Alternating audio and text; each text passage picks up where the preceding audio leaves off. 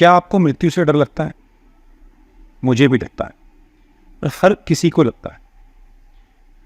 Million dollar question ये है कि जब हर किसी को ये बात पता है कि एक ना एक दिन मरना ही, एक ना एक दिन इस दुनिया को छोड़कर जाना ही है, फिर भी हम सब लोग मृत्यु के नाम से इतना क्यों डरते हैं?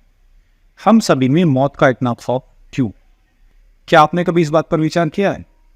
आज अपनी इस वीडियो में हम इस बात पर बड़ी गहराई से चर्चा करेंगे कि सब कुछ जानते हुए भी जब हमें ये बात पहले से ही पता है कि जिसका जन्म हुआ है उसकी मृत्यु निश्चित, उसका मरना तय है, जिसे टाला नहीं जा सकता, और हम लोग किसी न किसी रूप में अपने आसपास अपने जीवन में हर रोज किसी न किसी रूप में मृत्यु को अवश्य देखते हैं, फिर हमें मृत्यु के नाम का इतना भय क्यों है और हम इस डर से मुक्ति क्यों पाना चाहते हैं? इससे पहले कि मैं आपको इस सवाल का जवाब दूं, तो मैं आपको एक बात कहना चाहता हूं कि जो जीवन से जुड़े हुए प्रश्न हैं उनके उत्तर कभी भी हाँ या ना में नहीं दिए जा सकते। सवाल पूछना तो आसान है, लेकिन जवाब देना थोड़ा मुश्किल होता है। लेकिन हमारा जो मन है वो कुछ इस तरह का है कि वो अक्सर हाँ और ना में जवाब ढूंढता है।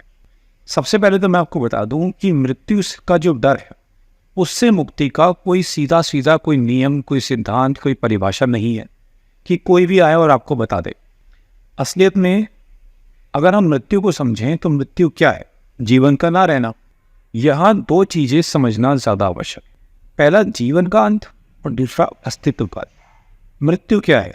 क्या मृत्यु जीवन का अंत है या मृत्यु अस्तित्व का अंत? अगर मृत्यु केवल जीवन का अंत है तो जीवन को त्यागने में किसी तरह की कोई ज्यादा दिक्कत नहीं है।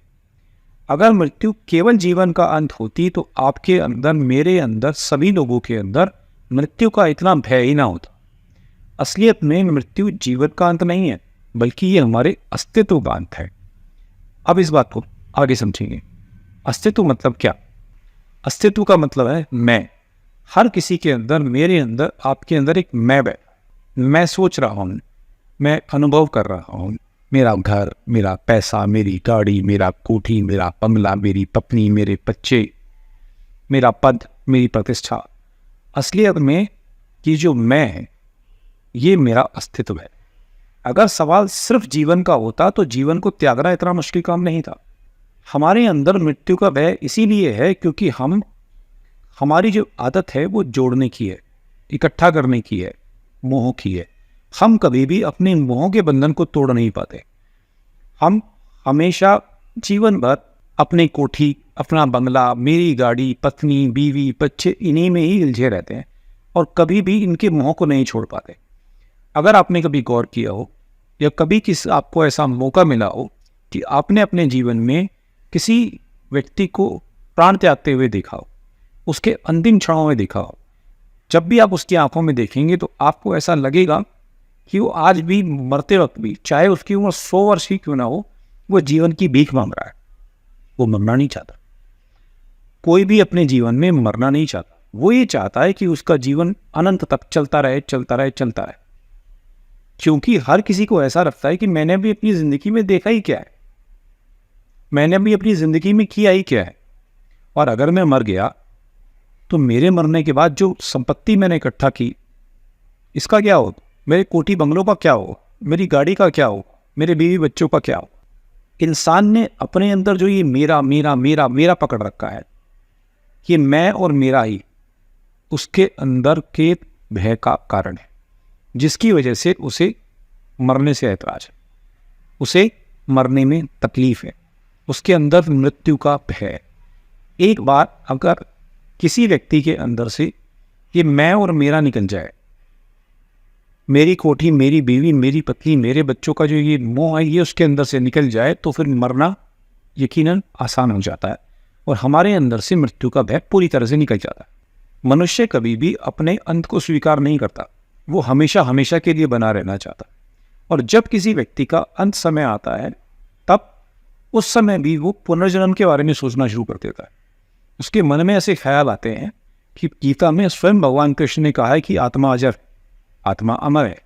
तुम्हारे अब से पहले हजारों जन्म हो चुके हैं और अब के बाद भी तुम्हारे हजारों जन्म होंगे। यानी कि वो अपने आप को सुनिश्चित करने की पूरी कोशिश करता है कि पुनर्जन्म है और तू नहीं मरेगा।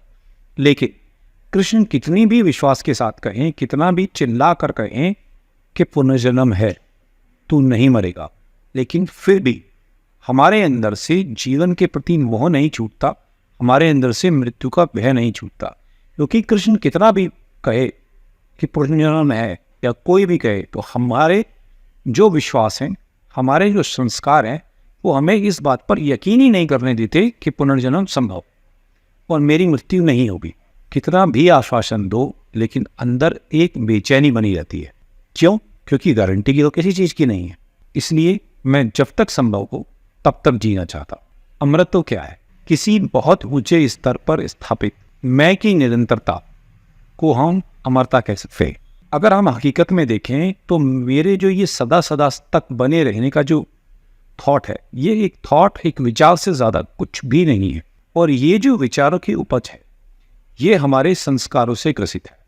इसी कारण हम कभी भी अपने जीवन के अंत को देख नहीं सकते। हम सब ये जानते हैं कि जो कल था वो आज नहीं है, और जो आज है वो कल नहीं होगा, लेकिन फिर भी हम इस बात को कभी स्वीकार नहीं करते, क्योंकि हमारा जो मन है वो मोह और इस जोड़ने की आदत का आदी हो चुका है। वो किसी भी सूरत में इसे छोड़ने को तैयार नहीं है। इसी कारण से हमारा जो बिहेवियर है, हम ऐसे बिहेव करते हैं जैसे कि हम सदा सदा के लिए बने रहेंगे। यदि हम लोग ऐसा ना सोचे कि हम सदा के लिए बने रहेंगे, ये निरंतरता, ये कॉन्टिन्यूटी सिर्फ एक भ्रम है, तो मृत्यु आसान हो जाती है। केवल उसी मन को अमृत का और अनश्वर का परिचय हो सकता है जो इस सुरक्षा की भावना को छोड़ देता है। एक बार जो व्यक्ति सदा जीने की इच्छा को छोड़ देता है, उसी वक्त, उसी क्षण उसके अंदर से मृत्यु का भय निकल जाता है और वो इस तरह के भय से पूर्ण तरह से मुक्त हो जाता है।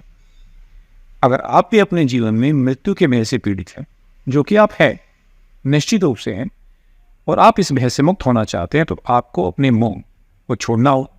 आपने अपनी इस सदा तक बने रहने की इच्छा को छोड़ना होगा। तभी आप मृत्यु के भय से पार पा सकते हैं।